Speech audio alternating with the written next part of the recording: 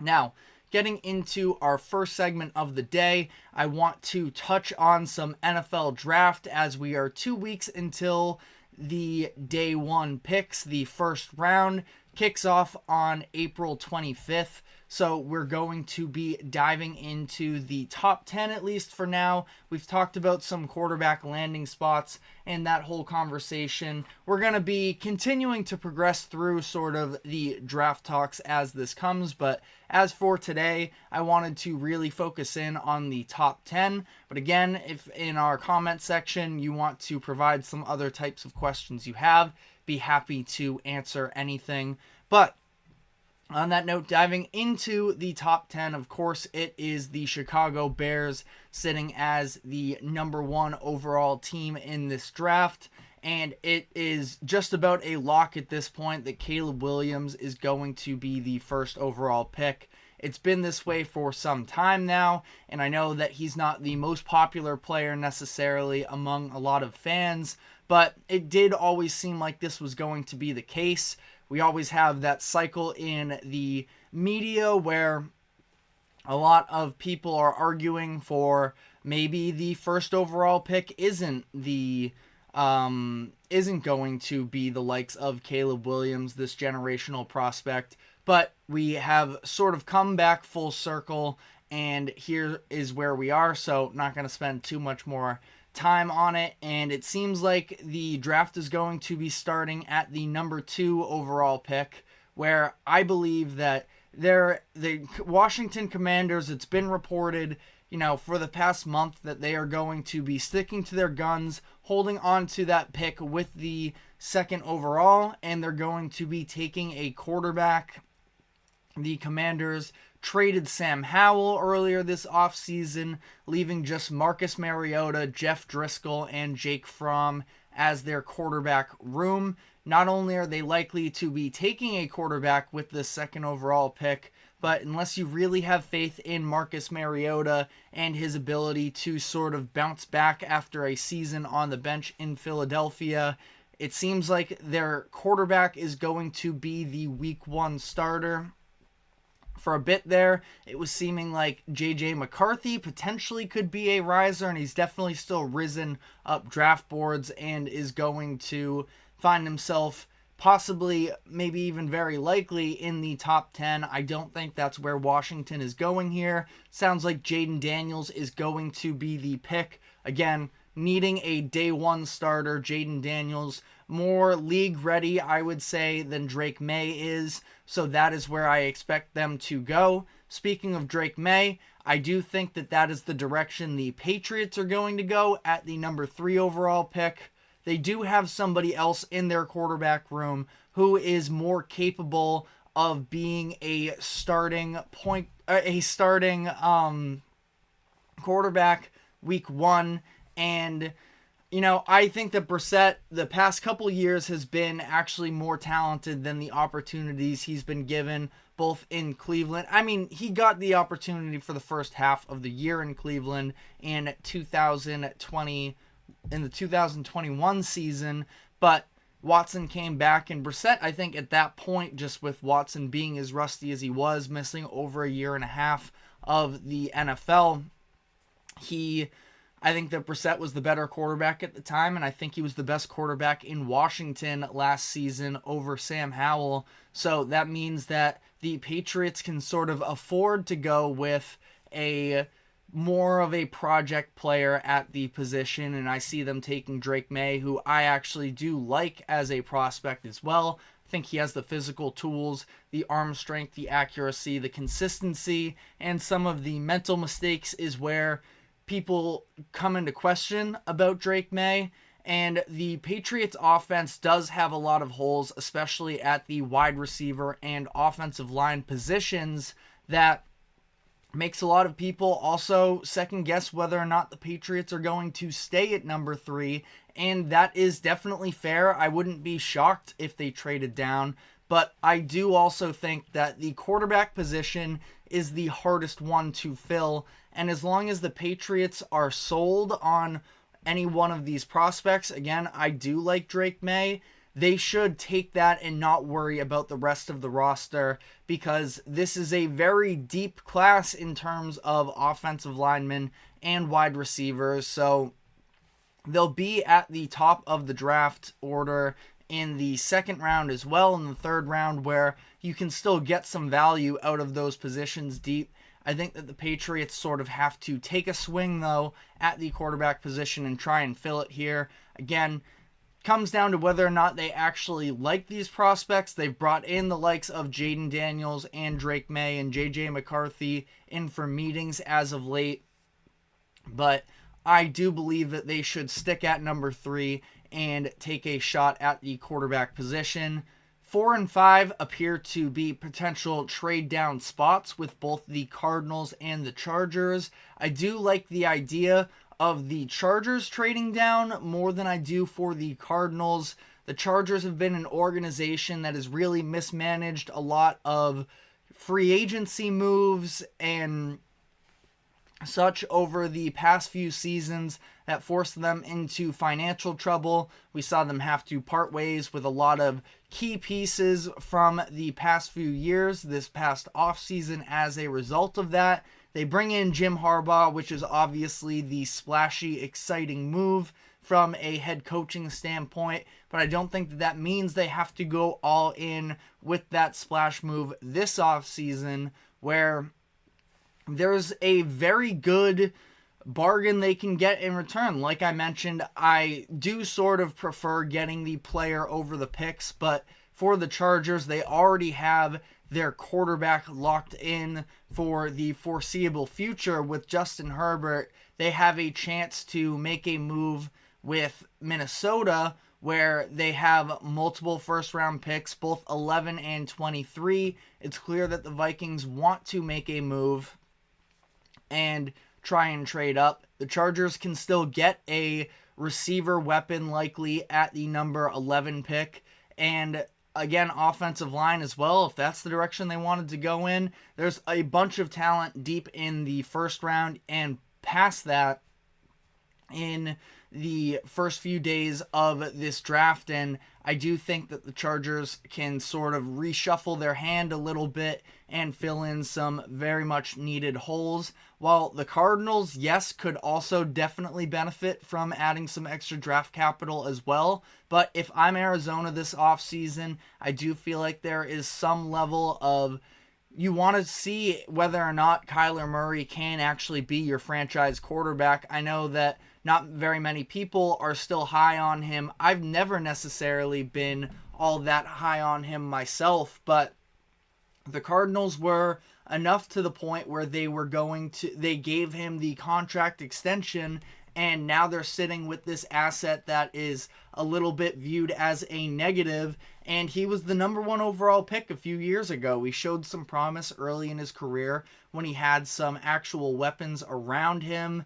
and he had an older Larry Fitzgerald, he had a young Christian Kirk, he had some semblance of a running game. Granted, it was an older version of David Johnson, but he was still there, and I think that, drafting a guy like Marvin Harrison Jr., who is seen to be a generational prospect, Kyler Murray very well might not be the guy, and you're not going to get any value for him as things currently stand. He's going to be coming into next season fully healthy for the first time in a while. Going to be, I think, a key inflection point for his career and the Arizona Cardinals. I would go out and draft Marvin Harrison Jr. and see if you can resolve any of this, because the ceiling was definitely once there with Kyler, but injuries have big time gotten in the way for him, and also the sort of organization of the offense hasn't been tremendous either.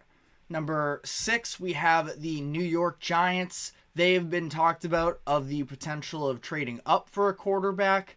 If not, they could potentially draft a guy with the 6th overall pick as well, but if that's the chance, I expect at least 4 or 5 to end up being J.J. McCarthy with a trade, or maybe even not. I know there are others who also think that the Cardinals could be a team to draft a quarterback as well.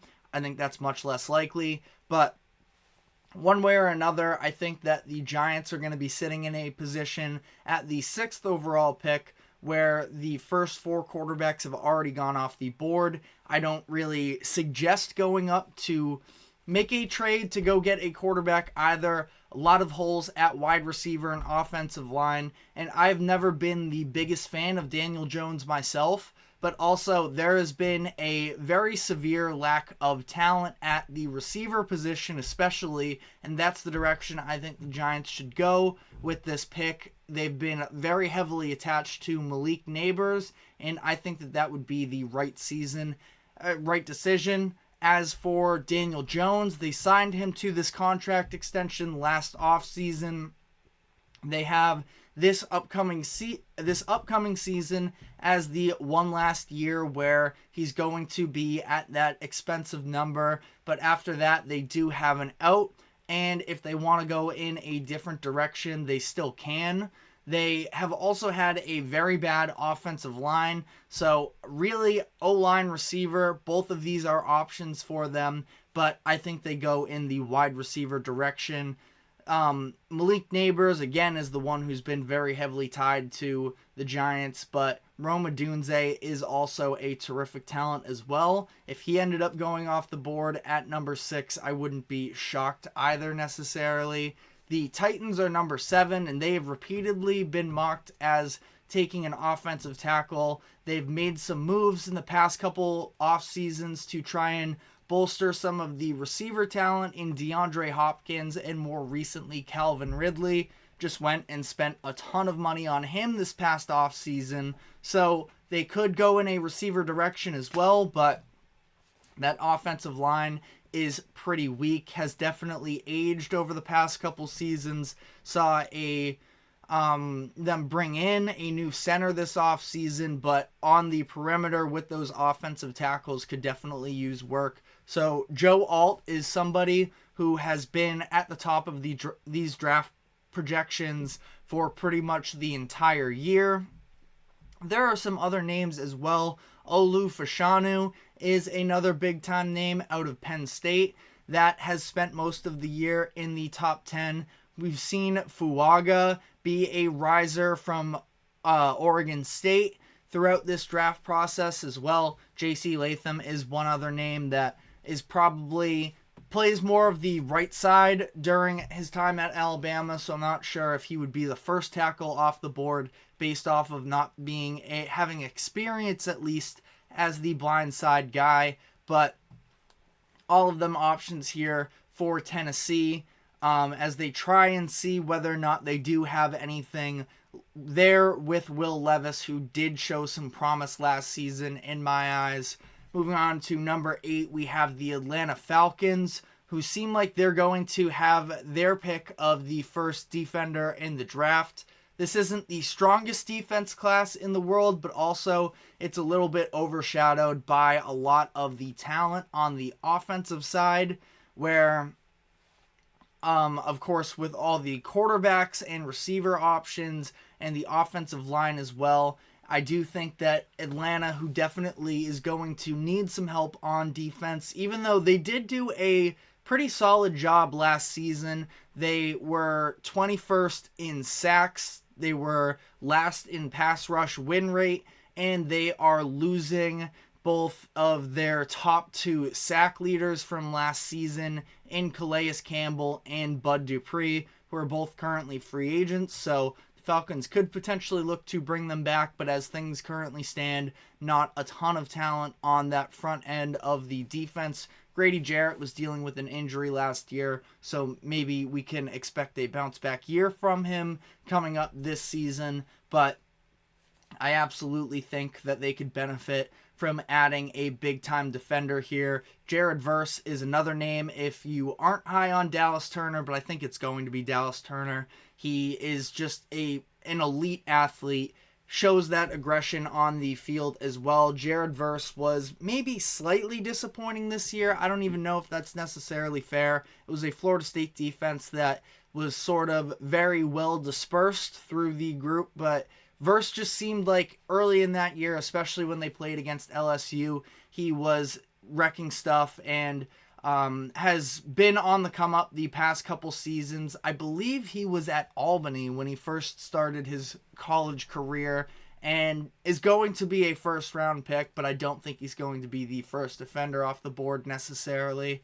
At number 9, there is the Chicago Bears, who have to draft somebody to help Caleb Williams in my eyes, because of the way that the Bears' history really, like, I was first going to say Justin Fields, but really just in the history of Chicago, the only franchise to never have a 4,000-yard passer, and they need this to work out. Ryan Poles, especially the general manager, needs to ensure his job by putting Caleb Williams in the best possible situation to succeed, which I think up to this point, it does look great. Went back, I think that in terms of a day one starting roster, this is just as good as any situation we've seen since the beginning of the 2010 season. Cam Newton and the Panthers that he had when he was coming into the league, I believe he was 2011, but that was the last time I think that there was an offense with this much talent for a quarterback that was selected number 1 overall. Definitely an unprecedented situation here in Chicago, considering they have the number 1 pick, not even due to their record, but out of a trade. This number 9 spot is their actual draft pick. Very interesting to see what they're going to do here. Again, like I said, I think it's going to be trying to address the offense and making sure that Caleb Williams can have that level of success. They have DJ Moore under contract for the next couple seasons. They just traded for Keenan Allen, which should be a good addition. But there are sort of some, I wouldn't even call them red flags necessarily, but he's going into his age 32 season. He has a history of injuries, and he's going to be a free agent after this year. Adding somebody for some long-term depth would not hurt them by any means. Rome Odunze, like I said, would be very worthy of a top 10 pick. It's probably going to be Neighbors, the second one off the board, meaning that Odunze could be an option. Brock Bowers, you could also throw into this conversation. I think that Cole Kmet is really talented still, and for as much flexibility I think that there is with Bowers in terms of where you actually want to play him, maybe the Bears decide to go with that 2 tight end set, but I feel like that's a little bit less likely here. The offensive line in Chicago has improved over the past couple years, but they could definitely still use an upgrade, and it seems like at this point there's going to be just one that's come off the board. Again, Alt has been the big-time name for the majority of the draft process in the regular season, but now in these months since then, we've had other names that have really shot up the board as well, so definitely options there. And then finally, the Jets at number 10 definitely have a variety of options here. I think they stick with it. They're going to try and push their chips in to make this year count with Aaron Rodgers coming back from injury. To that point, they are probably also going to go in that O-line wide receiver sort of direction. They went out, they brought in Tyron Smith from the Cowboys on a 1-year deal. They went and traded for Morgan Moses from the Ravens, who's on an expiring contract. Maybe they bring in a tackle because also Smith has been very injury prone in recent years. Definitely don't want to be shorthanded there with a quarterback coming off of an Achilles injury, especially at Rodgers' age. But it's that or receiver, which we also saw they were pretty short-staffed in last season as well. But let me know what you guys expect out of the top 10. Again, we will get more into some of the other conversations as the draft approaches, but that is all we have time for on that note today. We are going to be taking our first break, and when we come back on the other end, we will be diving into the NBA and starting with the MVP case for Nikola Jokic. Should he be the heavy favorite that he is? All that and more when we come back from break here.